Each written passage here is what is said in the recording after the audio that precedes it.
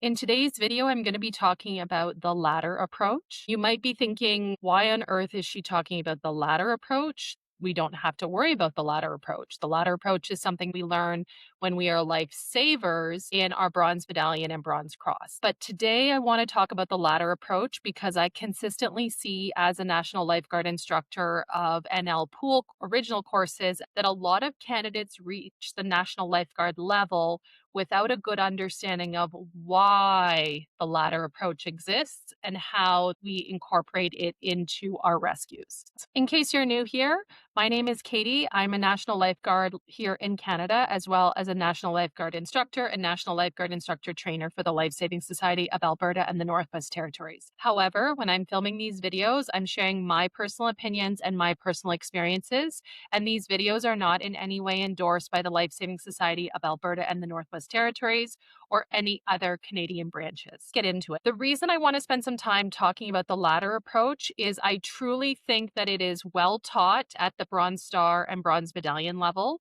and then it's mostly leapfrogged over at the Bronze Cross, i.e. assistant lifeguard level. And then what happens is we get National Lifeguard candidates in the National Lifeguard original course, and the ladder approach gets completely thrown out the window, and they don't do critical thinking when it comes to individual rescues. So there's a couple of things I want to unpack here. There is a clear distinction between being a lifesaver and a lifeguard. In our junior levels, our Bronze Medallion, Bronze Star, formerly Bronze Cross, now assistant lifeguard, there is a ladder approach used to think about your own personal risk as a lifesaver. Then often what happens is everybody shows up to their National Lifeguard original course, and the NLI teaching or facilitating the course says, okay guys, now we're going to stop being lifesavers. We are paid professional on the job lifeguards, so we do need to be prepared to get in the water and rescue people with direct contact. Two things can be true at the same time. What I want to stress in this video is that although we make the shift from lifesaver to lifeguard, and although we generally make a shift from non-contact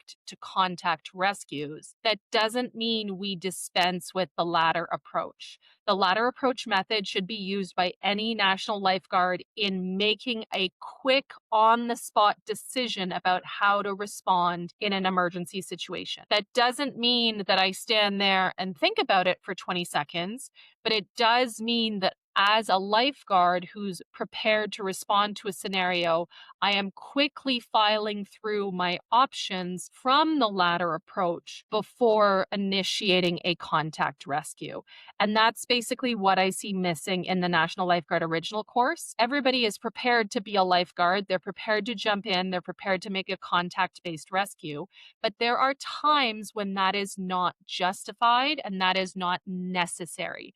And it is perfectly reasonable in a National Lifeguard original course, during an exam, during scenarios, during in-service, during a recertification, to diffuse a scenario or to address a situation without using the highest degree of risk and contact. So let's break this down with the actual ladder approach. I'm going to teach this the same way that I do my National Lifeguard original classes. It's not that I'm assuming anybody is dumb. It's that I'm never assuming any prior information coming out of other courses facilitated by other instructors. Yes, there is a standard curriculum for Bronze Medallion and Assistant Lifeguard, formerly Bronze Cross.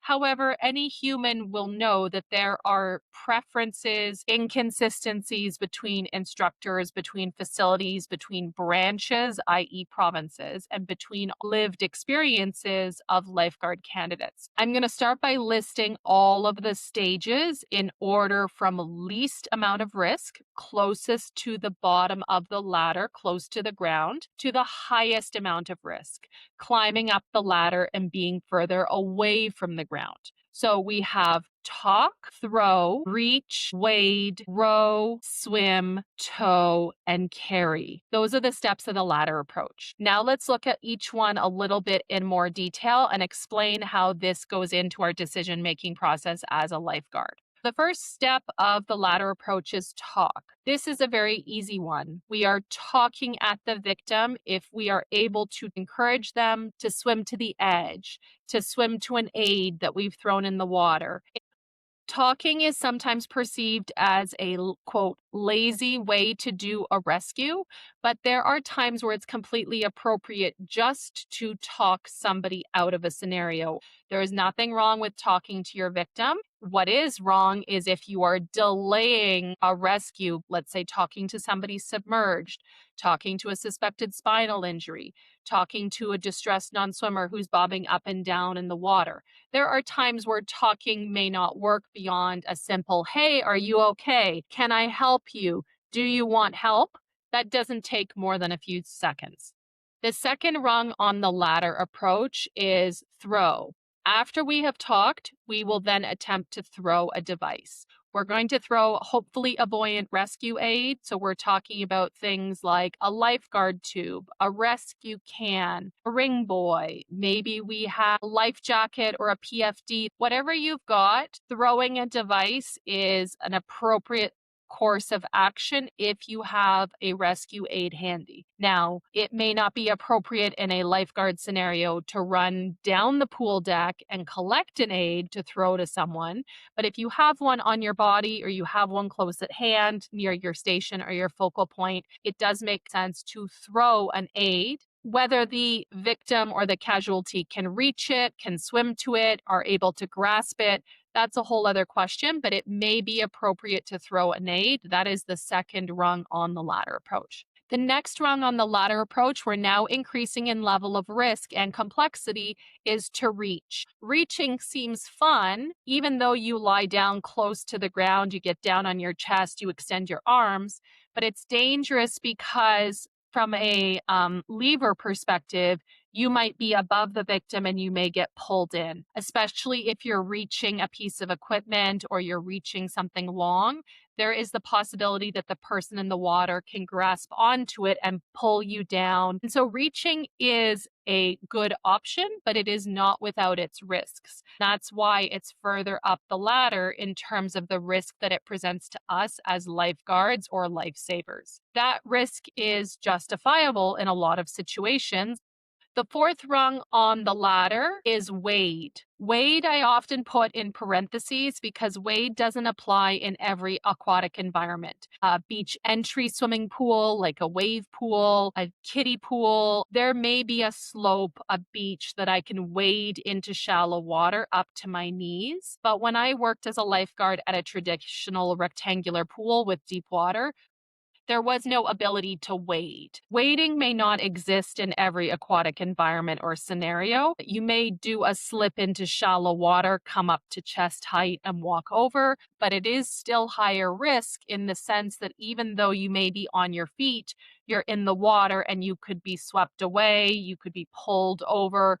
There are different scenarios where there is a risk to you as a rescuer. The next rung on the ladder approach is row. If you are in an ocean, lakefront, river environment, there may be types of simple watercraft or vessels available.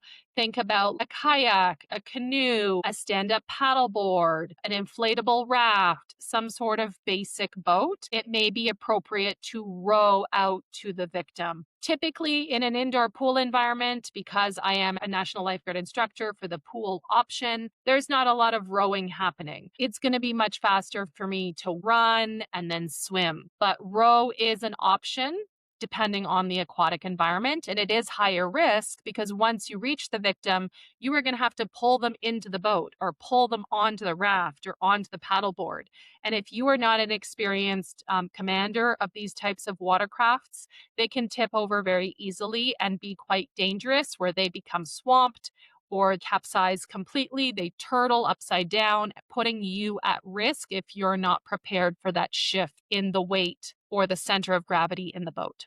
The next rung on the ladder, number 5, is swim. People often get swim confused with the next 2 rungs on the ladder, which is tow and carry. When I swim as a rescuer, as it sounds, I am jumping in and I'm swimming out to my victim. But when I arrive at my victim, I am passing them some sort of aid or device. Swimming does not mean that I'm carrying my victim back to the side of the pool.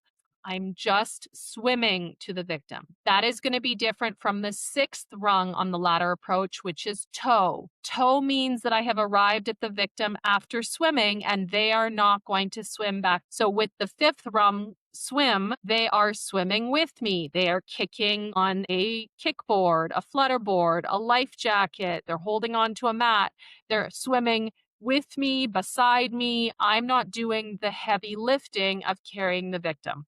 Certainly, if they cannot swim, if they are unconscious, if they are tired, if they are injured, if there's other complications, I am going to tow or carry them. However, there are going to be times where somebody has their airway out, they have something to hold on to, they're able to calm down, or because of the risk to me, I don't want to swim, I don't want to carry tow them myself. These are the kinds of decisions that it's really hard to armchair theorize when we're not in an actual rescue situation or a real life aquatic environment. One of the things that's really important in any National Lifeguard course or as a lifesaver in general, it's really important that you develop skills of critical thinking and analysis. I am not a fan of trainers or instructors who coach candidates to only think a certain way, a certain type of rescue, a certain type of framework. It's very important that you're able to make a decision based on your own physical abilities, the location where you are based, the aquatic facility, the conditions of the rescue,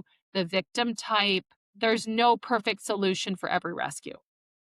Tracking back to the ladder approach as we've seen it so far, the first rung is talk. The second rung is throw. The third rung is reach. The fourth rung is wade. The fifth rung is row. Fifth rung is swim. The sixth rung is tow. So at this point, I do have to tow them with an aid that they are holding on to or an aid between us. Maybe it is a ring buoy, whatever I can use to tow them. That is different from the seventh rung, which is carry. Carry is the highest level of risk. We typically associate this with, for example, a spinal injured victim, a submerged or unconscious victim, a critically injured victim. Let's say somebody had their legs severed by a boat propeller. Carry means you're doing all of the work. This could be your double arm carry, your football carry, your PIA carry.